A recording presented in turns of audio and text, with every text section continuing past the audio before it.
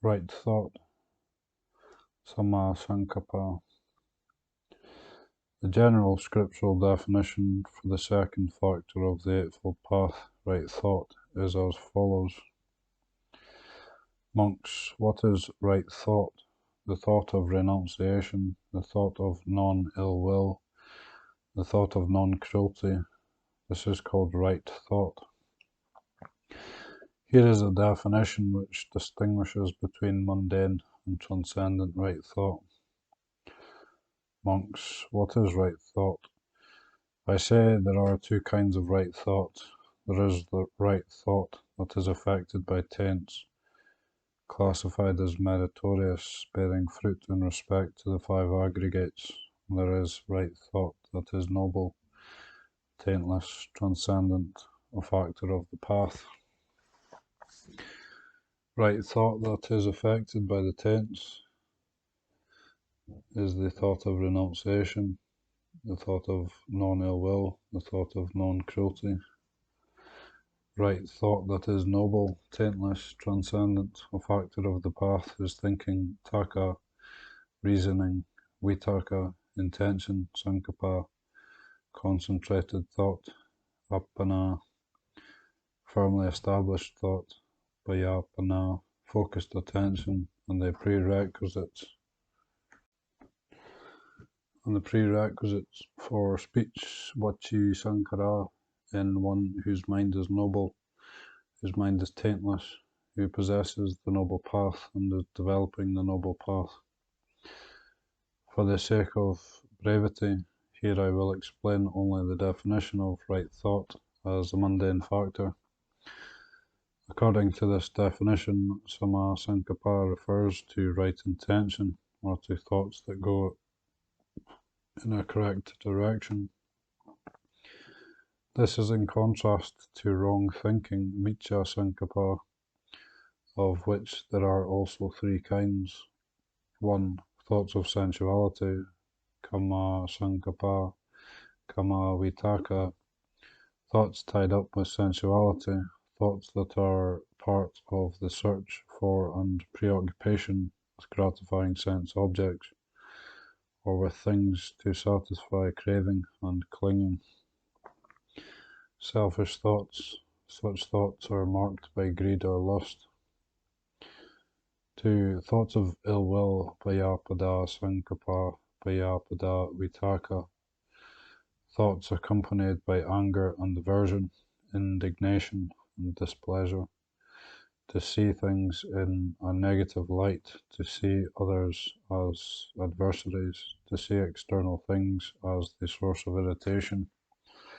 Such thoughts are marked by hatred in the sense of one being the victim of impingement. This is the opposite quality to friendliness, metta. 3. Thoughts of cruelty, vihimsa sankappa, vihimsa vitaka, thoughts of oppression, harm, injury, abuse, and destruction, the wish to disturb and violate others, the wish that others experience suffering and distress. Such thoughts are marked by hatred in the sense of actively instigating conflict. This quality is opposite to compassion, karuna. Such thoughts and intentions are common among people. This is because when unawakened persons experience a sense impression, for instance by seeing a visual form or by hearing a sound, one of two things generally arise. If one likes the object, one is pleased and charmed, desirous of and attached to it, and defers to it. If one dislikes the object, one is displeased, annoyed, offended. One is averse to it and sets oneself in opposition to it. From here, various thoughts occur in line with or following the momentum of these likes and dislikes. For this reason, the thoughts of unawakened persons are usually biased. They are obstructed and influenced by pleasure and displeasure, making it impossible to see things as they truly are. Thoughts resulting from pleasure and gratification lead to attachment and entanglement, gratifying towards certain objects, gravitating towards certain objects, and become thoughts of sensuality, kama vitaka. Thoughts resulting from displeasure and discontent lead to resentment, hostility, and antagonism. To see certain things in a negative light and become thoughts of ill will, vyapada vitaka. When these latter thoughts erupt as thoughts of oppressing or injuring others, they become thoughts of cruelty, vihimsa vitaka. All of these wrong thoughts give rise to incorrect viewpoints and an incorrect course of intention. Biased thoughts, distorted opinions, and obstructed viewpoints originate due to an initial lack of systematic reflection. One looks at things superficially, receiving sense impressions without mindfulness and clear awareness, and one then knows thoughts to flow according to feelings or according to reasoning driven by likes and dislikes. One does not analyze the various factors involved in various phenomena and investigate the participating causes and conditions, conforming to the principle of systematic reflection. Wrong view, micchaditi, the failure to see things as they truly are, leads to Samma-Sankappa, wrong thinking, wrong intention, and a distorted outlook on things. Conversely, wrong thinking leads to wrong view. These two factors support and reinforce each other. To see things as they truly are requires systematic reflection. Thoughts must be free and independent, without the detrimental influence of preferences, attachments, and aversions.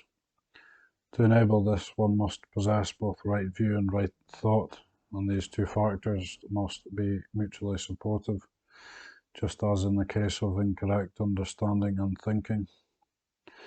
Systematic reflection fosters right view.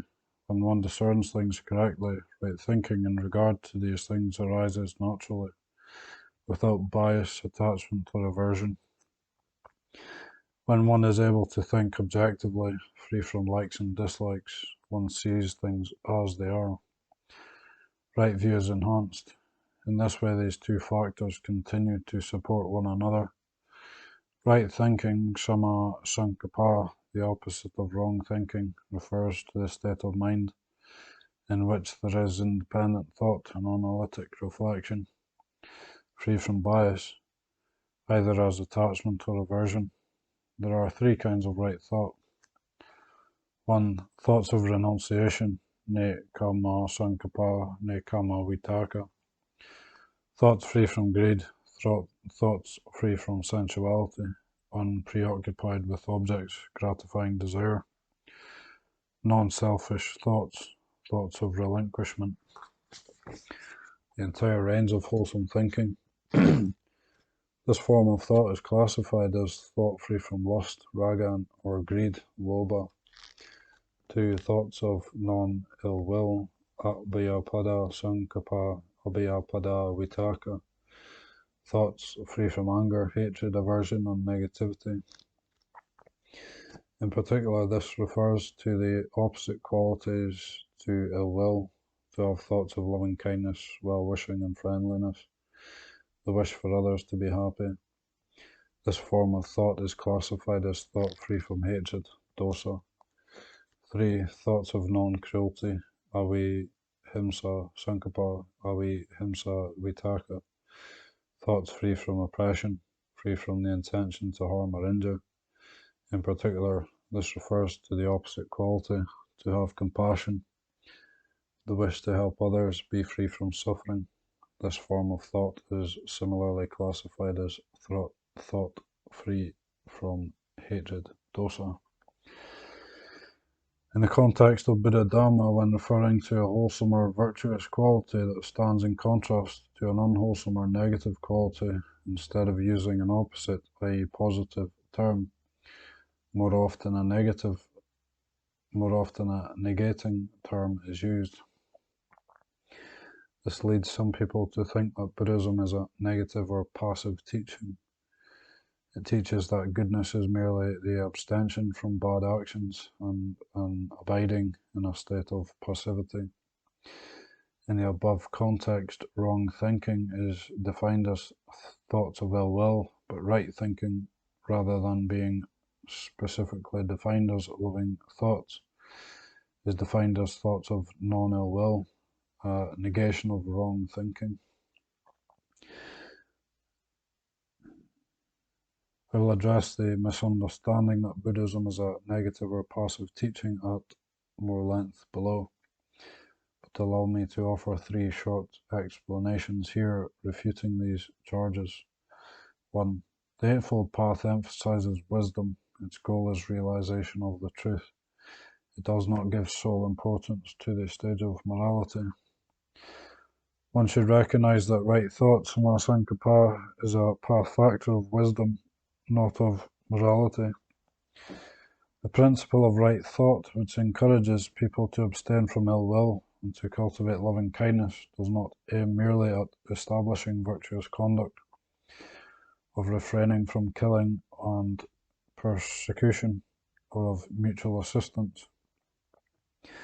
It aims primarily at generating non-biased thinking, not influenced, say, by hatred, in order for the thinking process to be free and obstructed, following in line with truth.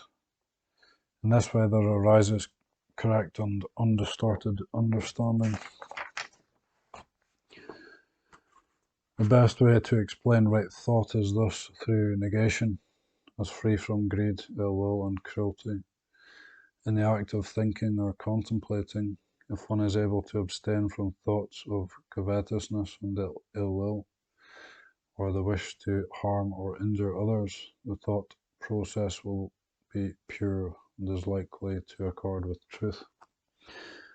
2. According to Pali grammar, in some cases the negating prefix a has a comprehensive meaning, referring both to the specific opposite of the word in question and to anything that is distinct from the quality beings discussed, in the sense of not this or an absence of this.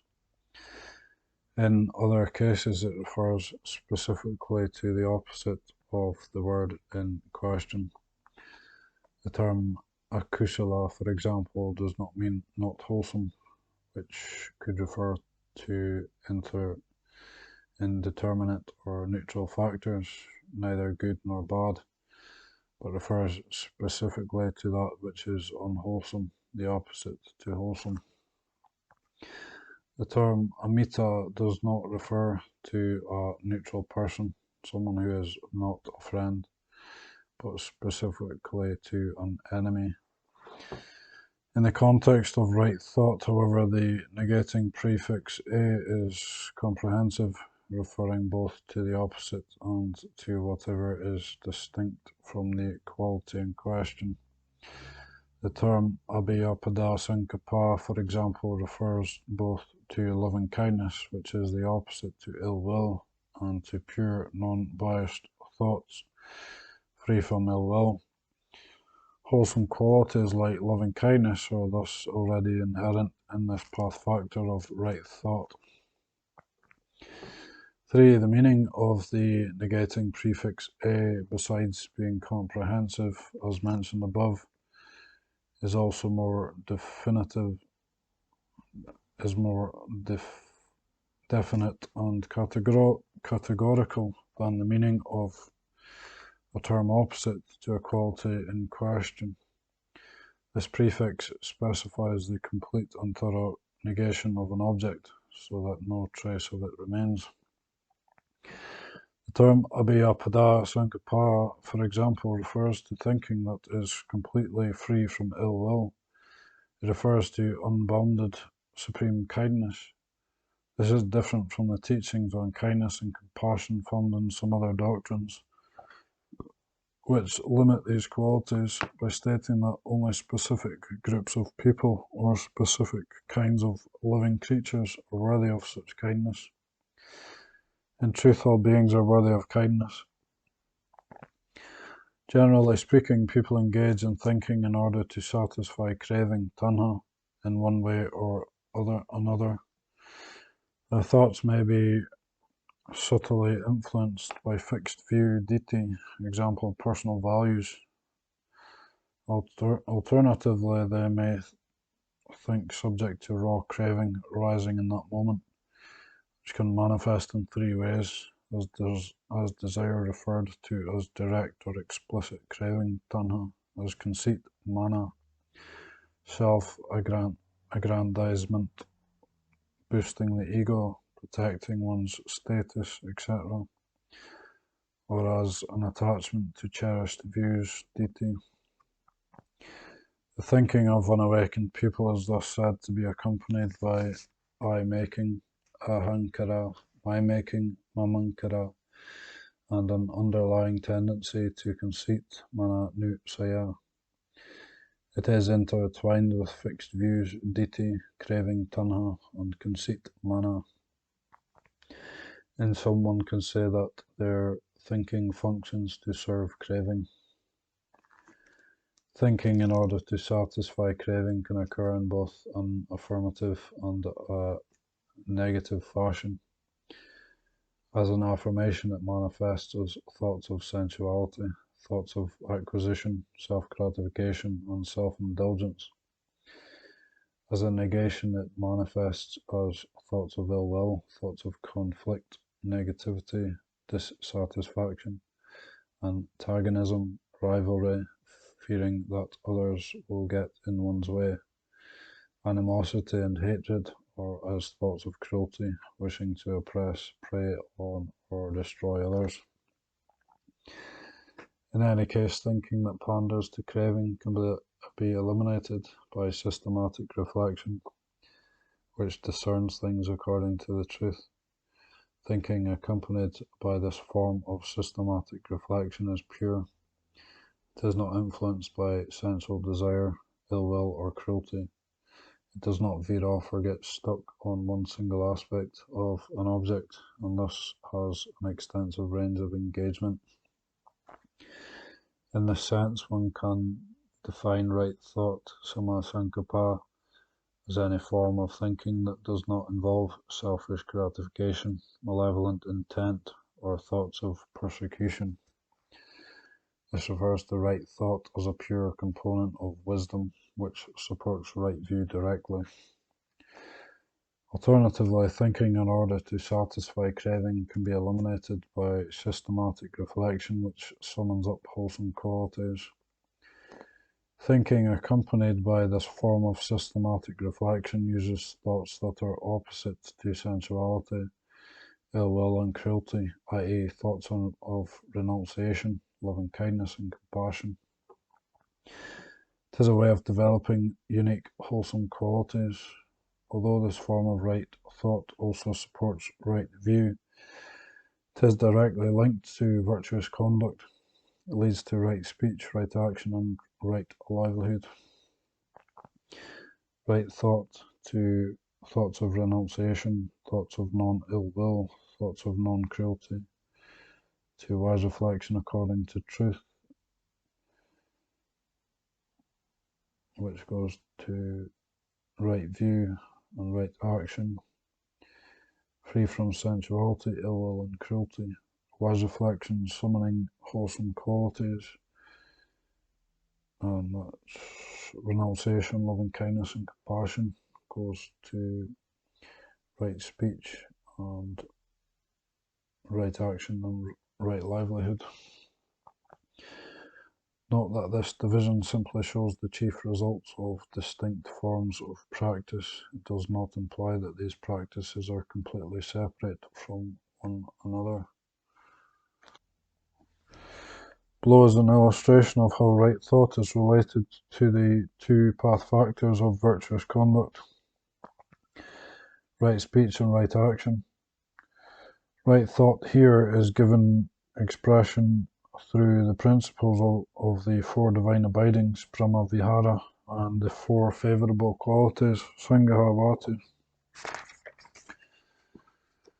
Right thought, thoughts of renunciation to equanimity, balanced equal behaviour, and right action. Right thought, thoughts of non-ill will to loving kindness and sympathetic joy, generosity, active service, and right action.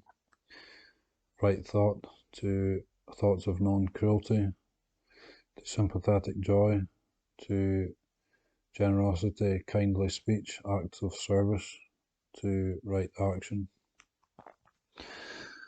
The connection between right thought and right view is especially evident in the context of the three root defilements, akusala mula, greed, hatred, and delusion. Right view eradicates the most basic defilement of delusion, moha. Right thought, on the other hand, eradicates the affiliated defilements. Thoughts of renunciation eradicate greed or lust, and thoughts of non-ill will and of non-cruelty eradicate hatred.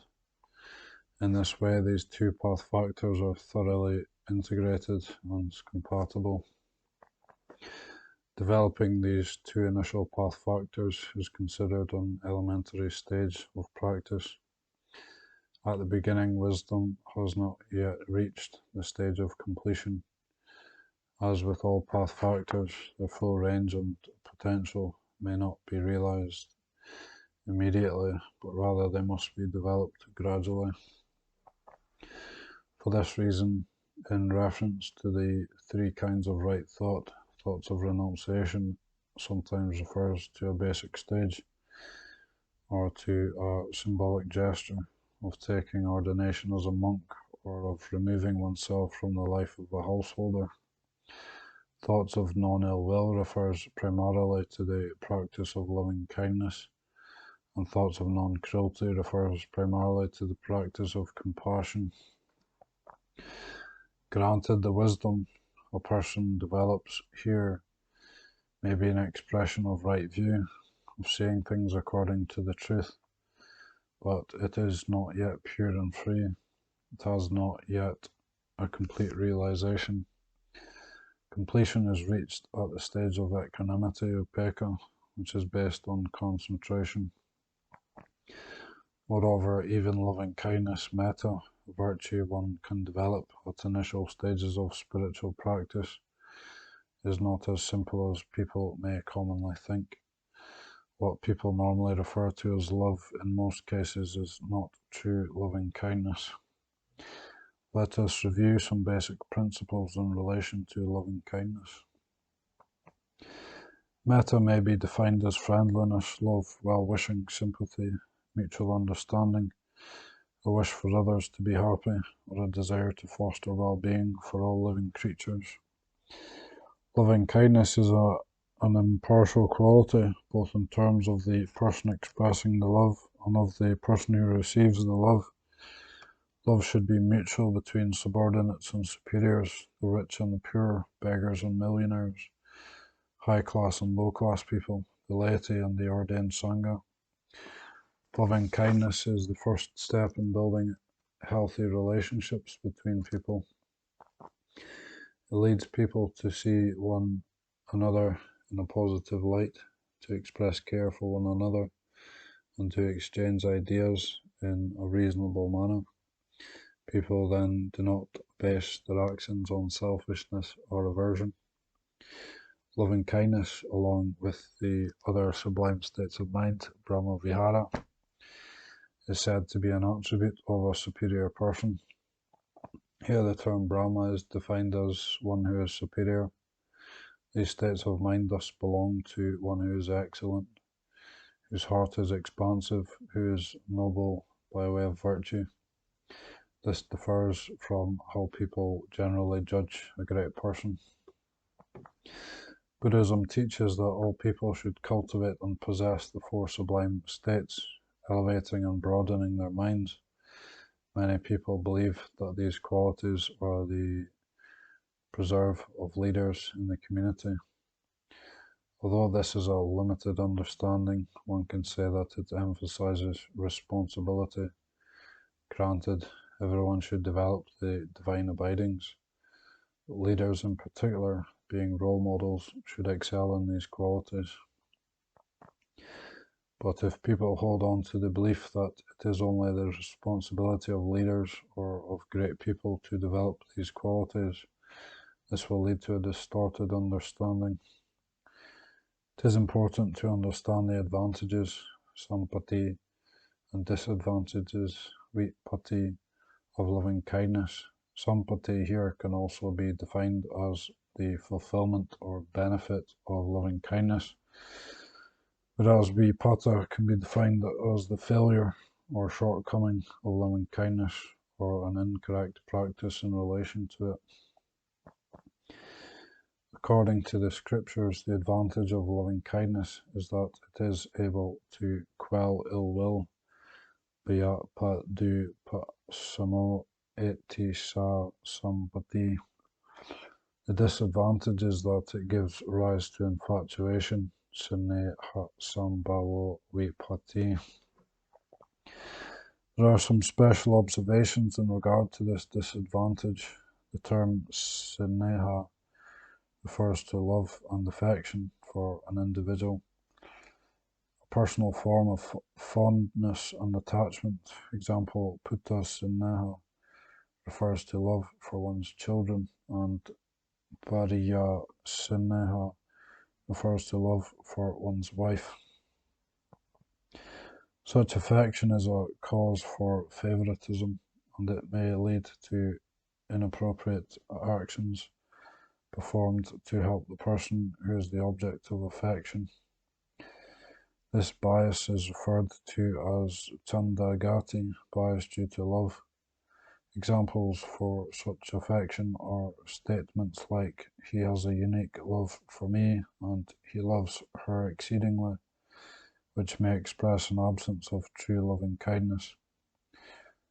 True love is impartial and preserves objectivity. It leads to altruism and fairness, to an absence of harmful thoughts, to friendliness and the wish to help everyone equally, and to reasoned judgments and actions, aiming for the true welfare of all beings. One does not act out of personal preference or in order to acquire something. True love is characterized as follows. The Blessed One was even and impartial towards the archer who was hired to secretly assassinate the Buddha, towards Devadatta, who ordered the assassination, towards the bandit Angulimala, towards the elephant Dhanapala, which was released in order to kill the Buddha, and towards Rahula, the Buddha's son, without exception. The benefits of loving kindness are obvious during times of dispute and debate, when each party is able to consider the other's side's reasoned arguments and even to realize the truth of these arguments. An example is the story of a Jain follower who engaged the Buddha in a discussion and who used harsh words to criticize him. The Buddha responded using reasoned arguments until the Jain said, "This being so, I have confidence in Master Gautama. Truly, Master Gautama is developed in body and developed in mind. It is wonderful, Master Gautama. It is unprecedented. How while Master Gautama is insulted by me, cross-examined by discourteous speech, his complexion remains bright and the colour of his face radiant, as is to be expected of one who is accomplished and fully enlightened. In the case that wrong thinking, Samma-Sankappa, has arisen, it cannot be rectified by headstrong, fretful, or incoherent behaviour. Instead, one must use systematic reflection, investigating with reasoned discernment and reflecting on the advantages and disadvantages of phenomena. Monks, before my enlightenment, while I was still only an unenlightened bodhisattva, it occurred to me, suppose that I divide my thoughts into two classes. Then I set on one side thoughts of sensual desire, thoughts of ill will, and thoughts of cruelty. And I set on the other side thoughts of renunciation, thoughts of non-ill will, and thoughts of non-cruelty. As I abided thus, diligent, ardent, and resolute, the thought of sensual desire arose in me. I understood clearly thus, this thought of sensual desire has arisen in me. This thought leads to my own affliction, to others' affliction, and to the affliction of both. It cuts off wisdom, is an obstruction, and is unconducive to nibbana.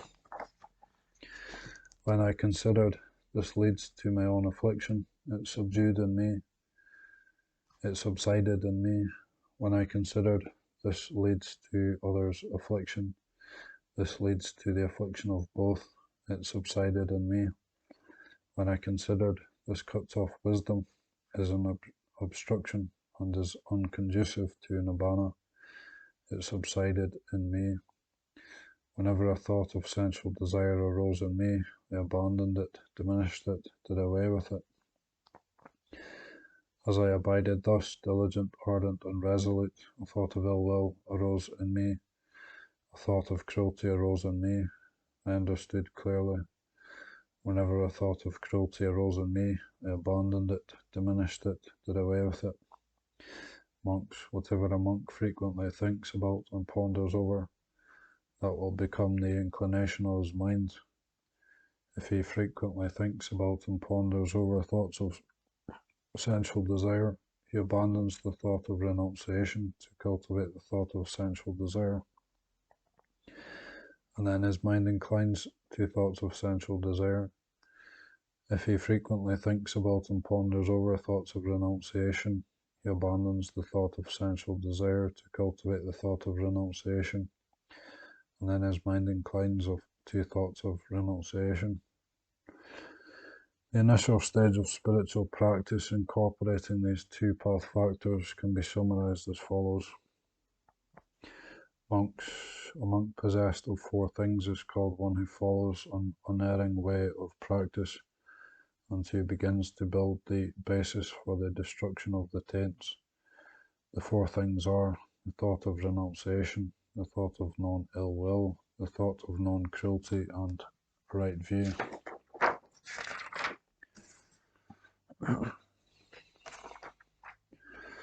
Appendix.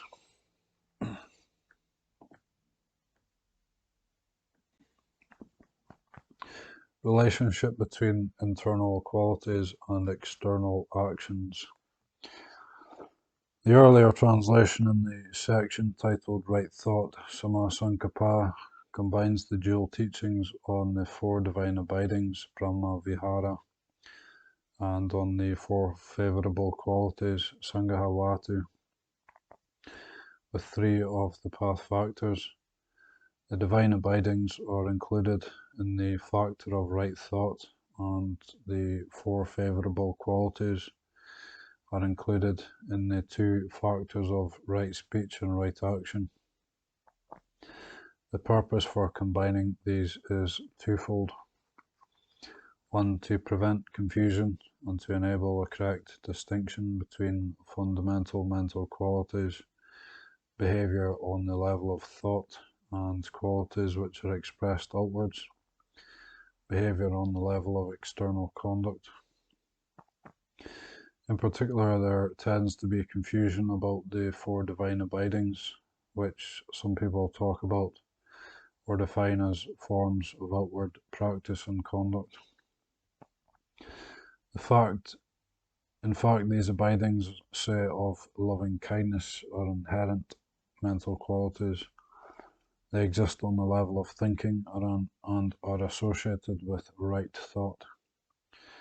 The cultivation of these abidings is included in the section of concentration, samadhi, or in the training in higher mind, adhicitta sikha.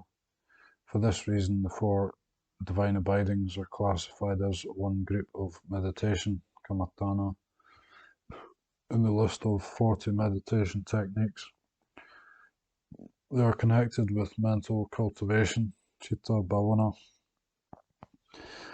On the level of outward conduct, the four favourable qualities take over from the divine abidings and function as expressions of these abidings in a person's social environment. If one wishes to describe loving kindness in the context of outward expression, one must link it with an external action. For example, by saying physical actions accompanied by loving kindness, or speech accompanied by loving kindness. Metta on its own is not an action on the level of outward conduct. In contrast, acts of generosity, kindly speech, and acts of service, for example, which are part of virtuous conduct, sila, are external social actions. An understanding of these principles enables Buddhists to practice these teachings in a more correct, clear, and definite way. Buddhists will also cognize the flaws in the accusations by other people who claim that Buddhists have been taught to do good simply by idly sitting in their rooms and spreading loving kindness. To illustrate the relationship between internal mental qualities and external practice in the context of society, to describe the complete, well-ordered system of Buddha Dhamma, which addresses all levels of spiritual practice, to reveal how expressions of outward goodness, virtuous actions in relation to society, must be uprooted in deep-seated mental qualities in order for them to be stable, lasting, pure, and true. Beneficial social actions, say of giving or acts of service, are only pure and genuine when they are based on a foundation of loving kindness and compassion.